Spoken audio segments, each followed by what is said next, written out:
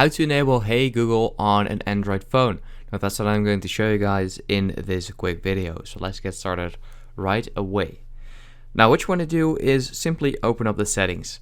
And once you're here in the settings, it may look a little bit different for you, by the way. But you just want to find Google, like right there. So I'm going to click on there, and you can now see all the Google settings. You want to scroll down and then click on settings for Google Apps at the bottom.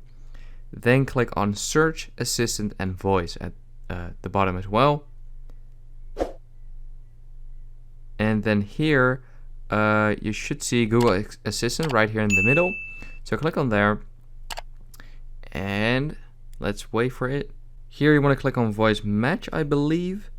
And once you've done that, you want to turn this on, so where you can see this toggle with OK Google. You want to toggle that on.